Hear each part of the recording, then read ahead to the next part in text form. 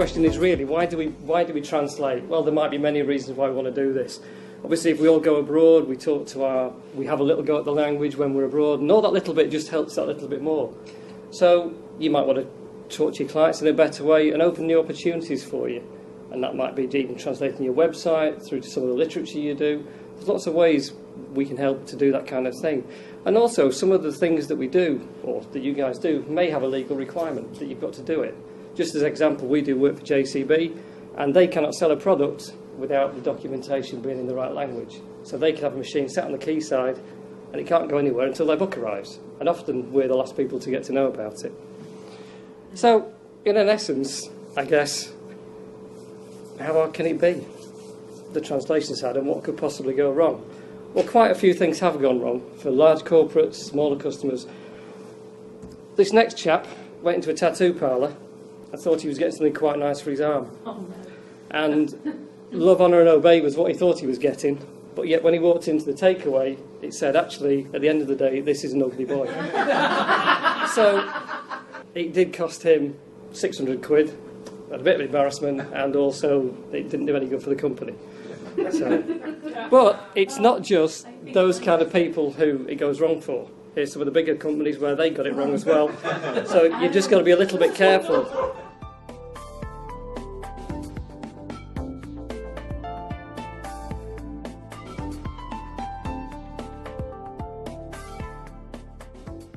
Just the little nuances of the language. You've got two words there, papa and papa, which mean exactly the same thing to us, but obviously in the language it means something completely different.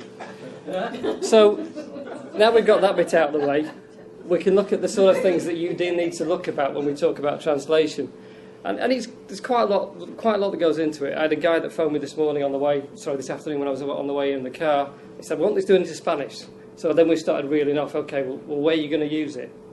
What are you going to use it for? Is it going on the web? And there's all these things thinking in the back of his head thinking, I don't know. So you start having to help educate the customer as to what they want. There's certain things like the dialect that you use. We had one customer, again, going back to the Spanish, and we said, well, do you want Brazilian or do you want Portuguese? So there's lots of different nuances with the languages that the translators really know about that you and I wouldn't necessarily pick up. But we have to ask these questions to make sure you're talking in the right way. And also the subjects that we talk about. We have translators who work for us, but they are very specific to the subject that they're talking about. So you don't get your medical translator translating about your hydraulic pump, as an example. So you and I, the word seal can mean one of it. Is it the seal that flaps? Is it the seal that goes on your car? Do you seal an envelope? There's lots of different things that you can do that will help us. But again, this is what the translators are there to do. And also things about how many words. People don't think about how many words. The way translators work is always by the 1,000 words. Do you want it proofread? There's lots of things where a client will say, oh, we've got someone who can do all this for you, but then you've got to help them plan ahead. If you want it proofread yourself, is someone else going to do it? So it's lots of things that you can get help with. So once you've decided that we need the translation doing, who can help you? Well, you've got your mate. You must know someone who speaks German, or someone's friend's mum's brother's sister's German, so he can do it. Someone in your own company, perhaps. Or you can use online translators or the professional company. And we'll touch on a bit of these coming through now. If you think about talking to your mate, get him to translate it, or someone else will do it for you, someone who you know, well, it might cost you a pint. But there again, you might know the bloke down the kebab shop, and he might be able to help you do a bit of translation. But you've got to ask yourself, would that be the right thing to do? Would it be right? Would the language that the translation always be right? As far as people in your own company, this is things we've come across before, where companies say, we'll have some work translated, but we've got our own people. We'll do it. Don't worry about it. Problems there become, are they the right people to do the job? Will they be doing the job 6 months down the line? So the things you've got to think about are consistency. And when you're talking to your customers, you want the same message, the same terminology going out, so that it's not disjointed all the way through. And we can help by using tools. There's certain tools that we can use, memory software again, which I'll touch on in a minute.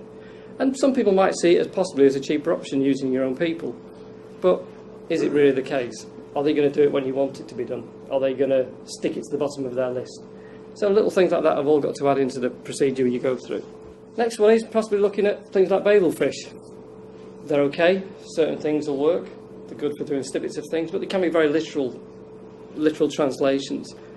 Some companies and clients will happily use them for maybe a basis and then get the job edited or taken on at a further level. I've had a bit of a play around with the Babelfish. I'm actually trying to learn Spanish at the moment, and we had to talk about something we liked. So I said about my football team, and they really are rubbish at the minute. And then...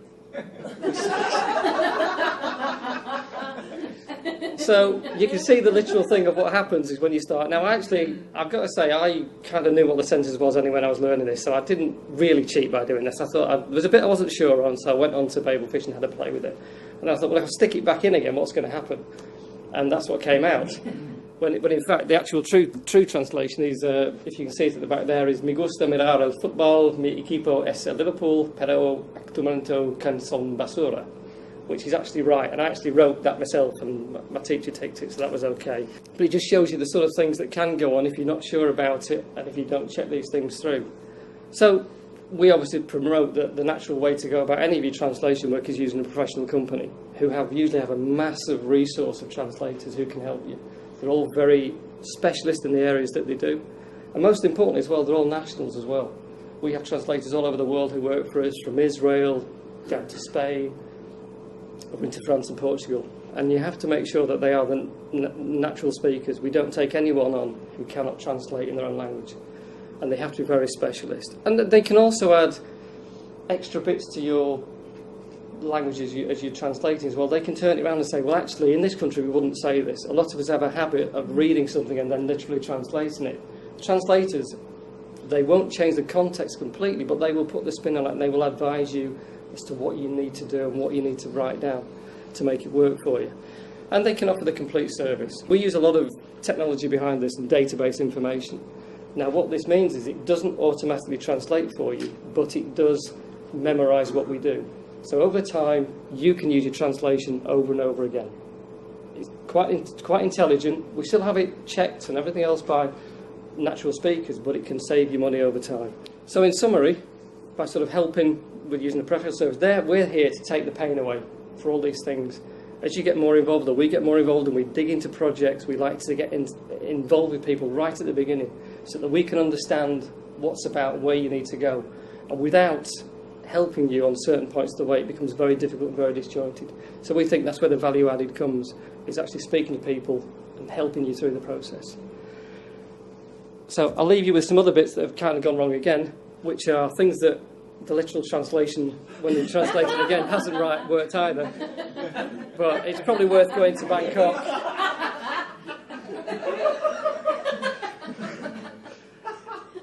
So again, we've seen things where we can actually help translate from the language back again, and watch out with some of it. We all have a laugh at the menus, don't we? We go to restaurants abroad when the things have been changed. But if you want to go to Rome, that's fine. And I think the best one is you don't go to Norway if you're pregnant. So hopefully that's given you an idea a bit more about translation and a bit of a giggle. So if anyone wants to ask any questions, please do, or please visit our website. But we're more than happy to talk to anyone. Thank you for your time.